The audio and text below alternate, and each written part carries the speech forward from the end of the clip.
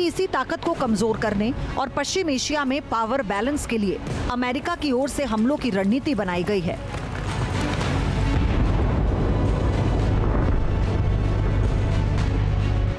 इस बार US force ने सिरिक और केशम द्वीप पर सबसे ज्यादा हमले किए। ये दोनों ठिकाने रणनीतिक लिहाज से काफी अहम हैं और ईरान के लिए महत्वपूर्ण भी हैं। यूएस सेंट्रल कमांड के एक्शन से पश्चिमी एशिया में तनाव बढ़ चुका है। ऐसे में शांति बहाली को लेकर की गई तमाम कोशिशें एक बार फिर पटरी से उतरने की आशंका बढ़ गई है।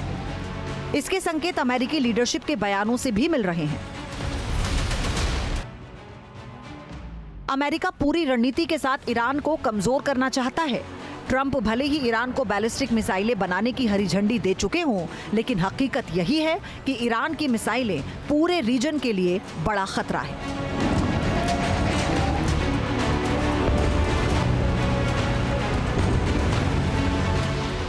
इजराइल कई बार इसका जिक्र कर चुका है और पहले राउंड की जंग के दौरान अमेरिका की ओर से भी ऐसे बयान आए थे।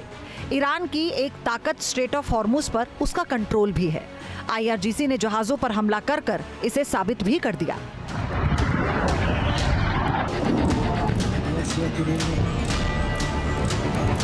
ईरान की ताकत का असर इस बात से भी समझा जा सकता है कि अमेरिका ने ओमान के समुद्री रास्ते से एक टैंकर भेजा और इसकी सुरक्षा के लिए अवाक्स fighter jet, MQ-4C Triton drone, Bahrain से P-8 पोसिडोन और पूरा एयर कवर पैकेज शामिल है। असल में ये एक तरह का प्रूफ ऑफ कॉन्सेप्ट है जिसे दुनिया को दिखाया जा रहा है। वॉशिंगटन ये दिखा रहा है कि वो ईरान की बातों या हरकतों की परवाह किए बिना इस स्ट्रेट से तेल ले जा सकता है। ऐसा वो इतनी ज्यादा हवाई ताकत के साथ कर रहा है कि इस बात को नजरअंदाज करना नामुमकिन है। इससे समझा जा सकता है कि अमेरिका की कोशिश ईरान को दबाने की है और अपना दबदबा बनाने की। हालांकि इसमें कितनी सफलता मिलेगी ये कहना मुश्किल है।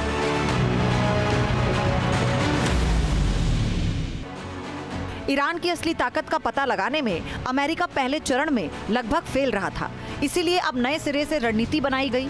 केशम द्वीप को टारगेट करना भी उसी का नतीजा है। दरअसल केशम द्वीप ईरान का सबसे बड़ा द्वीप है। ये पर्शियन गल्फ में अपनी रणनीतिक, आर्थिक और पर्यटन से जुड़ी संभावनाओं की वजह से बेहद महत्वपूर्ण है।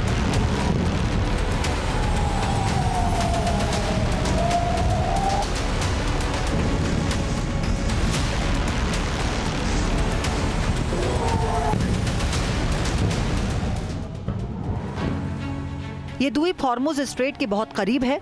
यहाँ से ईरान पूरे क्षेत्र की समुद्री आवाजाही पर कड़ी नजर रखता है। भौगोलिक स्थिति की वजह से ईरान को यहाँ अपनी नौसेना और मिसाइल रक्षा प्रणाली तैनात करने में मदद मिलती है। केशम को एक फ्री ट्रेड जोन घोषित किया गया है जो इसे व्यापार और निवेश के लिए बहुत आकर्षक बनाता है।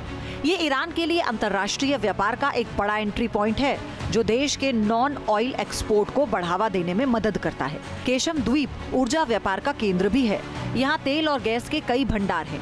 इसके अलावा ये तेल रिफाइनिंग और पेट्रोकेमिकल इंडस्ट्री के लिए भी अहम सेंटर है। केशम द्वीप के आसपास ईरान ने अपना मिसाइल और ड्रोन का भंडार जुटाया है। साथ ही आईआरजीसी की नेवी भी यहाँ बेहद पावरफुल मानी जाती है। लिहाजा अमेरिका चुन चुन कर हमले कर रहा है ताकि ईरान को झटका दिया जा सके और ऑपरेशन हॉर्मुज को सफल बनाया जा सके। सिरिक आइलैंड में भी ईरान के रणनीतिक बेस हैं। खासतौर पर इसकी नेवल पावर के लिहाज से सिरिक काफी महत्वपूर्ण है। इसीलिए अमेरिका ने पहले भी यहाँ कई बार हमले किए और इस बार भी एक्शन लिया। अब बड़ा सवाल है कि आने वाले दिनों में हालात कितने बिगड़ेंगे। सबसे बड़ा खतरा जंग का बिगुल बजने का है। Team news nation. आपके मोबाइल पर तुरंत आएगी ब्रेकिंग न्यूज।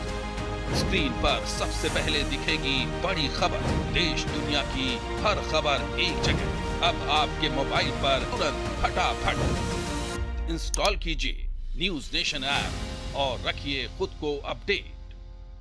कतर में अमेरिका ईरान की हाई लेवल मीटिंग हुई है और मीटिंग में एक दूसरे पर हमले नहीं करने पर सहमति बनी है।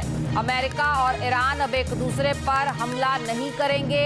मिलिट्री एक्शन को अस्थायी रूप से रोकने पर भी सहमति बनी है। सहमति तो बनी है लेकिन कब तक जारी रहेगी फिलहाल ये कह पाना मुश्किल है। क्योंकि दोनों ही देशों का ट्रैक रिकॉर्ड देखा जाए तो अपनी बातों से लगातार फिर रहे हैं।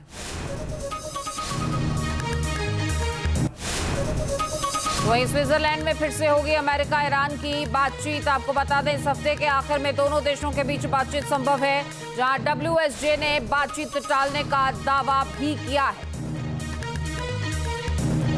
तो वॉल स्ट्रीट जर्नल ने बातचीत टलने का दावा जरूर किया है, लेकिन बताया जा रहा है कि दोनों ही देशों के बीच बातचीत हो सकती है।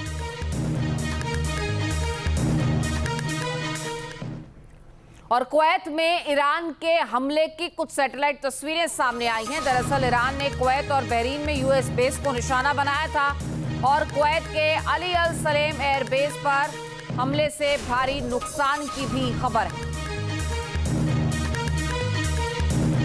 ये तस्वीरें हम आपको दिखा रहे हैं अली अल सलेम एयरबेस पर जो हमला किया गया है।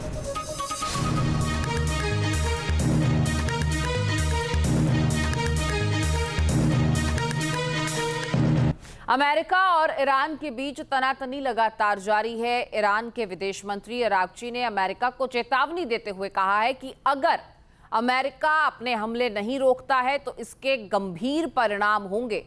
और वहीं दूसरी तरफ UN में अमेरिका ने भी साफ कर दिया है कि अगर ईरान सारी शर्तों को नहीं मानता है, अंतर्राष्ट्रीय जहाजों पर हमले जारी रखता है, तो इसका खामियाजा ईरान को भी भुगतना होगा। अब दोनों ही ओर से एक दूसरे को धमकियां लगातार दी जा रही हैं। तो ऐसे में क्या आने वाले हफ्ते में बातचीत होगी, या फिर अगर बातचीत होती है तो वो फिर से बेनतीजा रहेगी, ये लगातार सवाल उठ रहे हैं। तो वहीं देखिए अमेरिका ने ईरान के खिलाफ नई रणनीति के साथ प्रहार किए हैं। सेंटकॉम की ओर से सिरिक और केशम द्वीप को सबसे ज्यादा टारगेट किया गया है। इसका क्या मतलब है?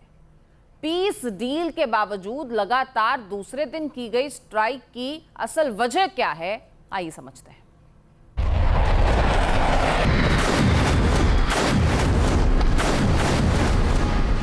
ईरान के खिलाफ अमेरिका का एक्शन प्लान।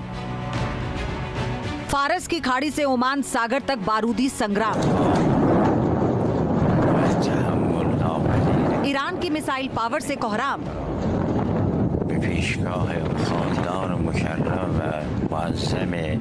क्या होने वाला है? फुल स्केल वॉर का ऐलान।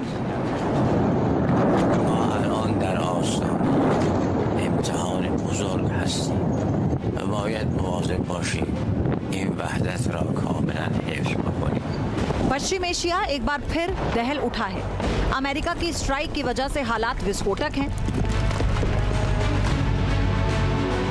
ईरान के साथ 60 दिन तक युद्ध विराम पर सहमति बनने के बावजूद ताजा हमलों की वजह से कई सवाल उठ रहे हैं।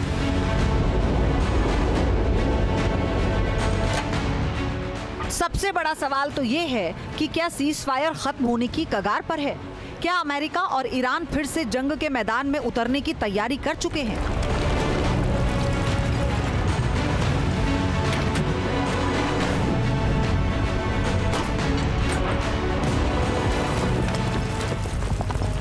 सवाल ये भी है कि अमेरिका अचानक इतना आक्रामक क्यों हो गया है? लगातार दूसरे दिन US सेंटकॉम ने ईरान पर हमला क्यों किया?